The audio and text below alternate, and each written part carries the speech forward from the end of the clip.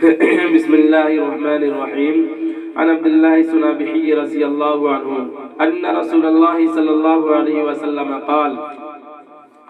اذا توضأ العبد المؤمن فتمضمض خرجت الخطايا من فيه فاذا استنشق خرجت الخطايا من انفه فاذا غسل وجهه خرجت الخطايا من وجهه حتى تخرج من تحت اشفار عينيه فإذا غسل يديه خرجت الخطايا من يديه حتى تخرج من تحت أصفار يديه فإذا مسح برأسه خرجت الخطايا من رأسه حتى تخرج من أذنيه فإذا غسل رجليه خرجت الخطايا من رجليه حتى تخرج من تحت أصفار رجليه ثم كان مشيه إلى المسجد وصلاته نافلة له. وفي حديث طويل عن عمرو بن عباسة السلمي رضي الله عنه وفيه مكان ثم كان مشي إلى المسجد وصلاته نافلة فإنه قام فصلى فحمد الله وأثنى عليه ومجده بالذي هو له أهل وفرغ قلبه لله إلا انصرف من خطيئته كهيئته يوم ولدته أمه. حضرت عبداللہ سنابحی رضی اللہ عنہ سے روایت ہے کہ رسول اللہ صلی اللہ علیہ وسلم نے ارشاد فرمایا جب مومن بندہ وضو کرتا ہے اور اس دوران کلی کرتا ہے تو اس کے منہ کے تمام گناہ دھل جاتے ہیں. جب وہ ناک صاف کرتا ہے تو ناک کے تمام گناہ دھل جاتے ہیں. جب چہرہ دھوتا ہے تو چہرے کے گناہ دھل جاتے ہیں یہاں تک کہ پلکوں کی جڑوں سے نکل جاتے ہیں. جب ہاتھوں کو دھوتا ہے تو ہاتھوں کے گناہ دھل جاتے ہیں یہاں تک کہ ہاتھوں کے ناخنوں کے نیچے سے نکل جاتے ہیں. جب سر کا مسح کرتا ہے تو سر کے گناہ دھل جاتے ہیں یہاں تک کہ کانوں سے نکل جاتے ہیں. اور جب پاؤں دھوتا ہے تو پاؤں کے گناہ دھل جاتے ہیں یہاں تک کہ پاؤں کے ناخنوں کے نیچے سے نکل جاتے ہیں. پھر اس کا مسجد کی طرف چل کر جانا اور نماز پڑھنا اس کے لیے مزید فضیلت کا ذریعہ ہوتا ہے. ایک دوسری روایت میں حضرت عمر بن عباسہ سلمی رضی اللہ عنہ فرماتے ہیں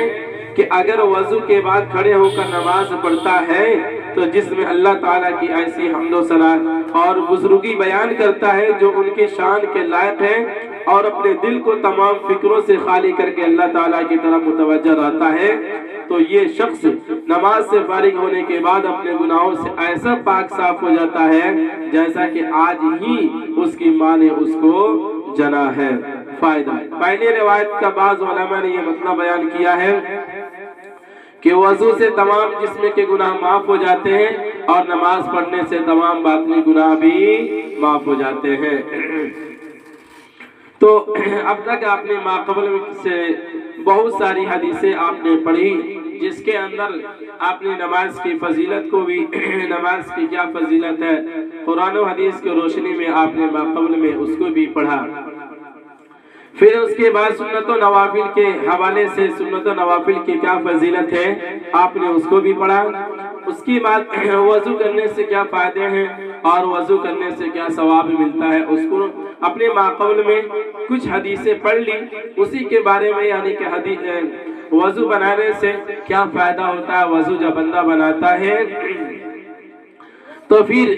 کیا ہوتا ہے اس کے ساتھ اس کے نامہ اعمال میں کس چیز کا اضافہ ہوتا ہے اسی چیز کو اس حدیث کے اندر ذکر کیا گیا ہے. بیان کرتے ہیں اس حدیث کے راوی جو ہے حضرت عبداللہ سنابحی رضی اللہ تعالی عنہ یہ صحابی رسول ہے. روایت کرتے ہیں کہ رسول اللہ صلی اللہ علیہ وسلم نے ارشاد فرمایا جب مومن بندہ وضو کرتا ہے اور اس دوران کلی کرتا ہے تو اس کے منہ کے تمام گناہ دھل جاتے ہیں. یعنی کہ اس کے منہ کے تمام گناہ دھل جانے کا مطلب کیا ہے اس کے منہ سے اس کے زبان سے جو بھی گناہ ہوئی ہو وہ سارے کے سارے گناہ کیا ہو جاتی ہے وہ کلی کرنے کی وجہ سے ساری گناہیں دھل جاتی ہے. سمجھ رہے نا. اور جب وہ ناک صاف کرتا ہے تو ناک کے تمام گناہ دھل جاتے ہیں. یعنی کہ ناک سے جو بھی گناہ ہوئے اس کے کئی طریقے ہو سکتے ہیں کہ نہیں. تو بہرحال یہاں پہ جو چیز ذکر کی گئی ہے اس کو بیان کیا کہ جب وہ ناک صاف کرتا ہے تو ناک کے تمام گناہ دھل جاتے ہیں، یعنی کہ اگر ناک سے بھی اگر کوئی گناہ صادر ہو گئی ہے تو وہ بھی کیا ہو جاتا ہے، یہ ناک صاف کرنے کی وجہ سے گناہ دھل جاتا ہے۔ اس کے بعد جب چہرہ دھوتا ہے تو چہرے کے گناہ دھل جاتے ہیں، یہاں تک کہ پلکوں کی جڑوں سے نکل جاتے ہیں۔ جو آنکھ کی پلک جو آپ دیکھتے ہیں نا، یہ پلک، تو یہ پلکوں کی جڑوں سے بھی گناہ کیا ہو جاتے ہیں، جھڑ جاتے ہیں، ختم ہو جاتے ہیں۔ جب ہاتھوں کو دھوتا ہے تو ہاتھوں کے گناہ دھل جاتے ہیں، یہاں تک کہ ہاتھوں کے ناخنوں کے نیچے سے نکل جاتے ہیں، یعنی جب بندہ ہاتھ دھولتا ہے تو یہ ناخن جو آپ دیکھتے ہیں نا، تو اس کے اندر بھی اگر کوئی گناہ صادر ہو گیا ہو، پیوست ہو گیا ہو تو کیا ہو جاتا ہے، وہ نکل جاتا ہے، سمجھ رہے نا۔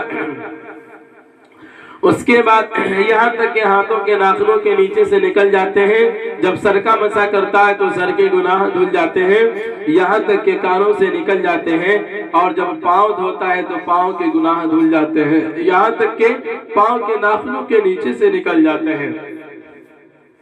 یعنی بندہ جب پاؤں دھولتا ہے تو پاؤں دھولنے کی وجہ سے اس کے پاؤں سے جتنی بھی گناہ ہوئے ہیں، سارے کے سارے گناہ کیا ہو جاتے ہیں، ختم ہو جاتے ہیں۔ پھر اس کے بعد بیان کیا، پھر اس کا مسجد کی طرف چل کر جانا اور نماز پڑھنا اس کے لیے یعنی مزید فضیلت کا ذریعہ ہوتا ہے۔ یعنی کہ ظاہر سی بات ہے، وہ تو اتنا جب ہاتھ دھولا تو ہاتھ دھونے کی وجہ سے ہاتھ کے جتنے بھی گناہ تھے وہ سب ختم ہو گئے۔ پھر اس کے بعد چہرہ دھولا تو چہرے کے گناہ سارے کے سارے ختم ہو گئے۔ پھر اس کے بعد سر کا مسح کیا تو سر کا جو بھی گناہ تھا وہ سب کا سب ختم ہو گیا۔ تو اب اس کے پاس بچا کیا بھائی، ہے کہ نہیں، کچھ نہیں نہ بچا گناہ کے لیے۔ تو اسی چیز کو آخر میں کہا کہ اب وہ جو مسجد کی طرف چل کر جاتا ہے اور نماز پڑھتا ہے تو اس کے لیے مزید فضیلت کا ذریعہ ہوتا ہے، یعنی اب اس کے کیا ہوتا ہے، اور اس کے ثواب میں اضافہ ہوتا ہے، اور اس کی فضیلت جو ہوتی ہے نا، اور اس کا درجہ جو ہوتا ہے اور بڑھا دیا جاتا ہے، سمجھ رہے نا۔ ایک دوسری روایت میں حضرت عمر بن ابسہ رضی اللہ عنہ روایت کرتے ہیں، یہ فرماتے ہیں کہ اگر وضو کے بعد کھڑے ہو کر نماز پڑھتا ہے جس میں اللہ تعالیٰ کی ایسی حمد و ثنا اور بزرگی بیان کرتا ہے جو ان کے شان کے لائق ہے کہ نہیں، یعنی کہ بندہ کیا کرتا ہے، نماز پڑھنے کے لیے وضو کے بعد نماز کے لیے جو کھڑا ہوتا ہے اور اللہ رب العزت کی حمد و ثنا بیان کرتا ہے، بزرگی بیان کرتا ہے جو اللہ رب العزت کے شان کے لائق بھی ہو، تو اور اپنے دل کو تمام فکروں سے خالی کر کے اللہ تعالیٰ کی طرف متوجہ رہتا ہے، تو یہ شخص نماز سے فارغ ہونے کے بعد اپنے گناہوں سے ایسے پاک صاف ہو جاتا ہے جیسا کہ آج ہی اس کی ماں نے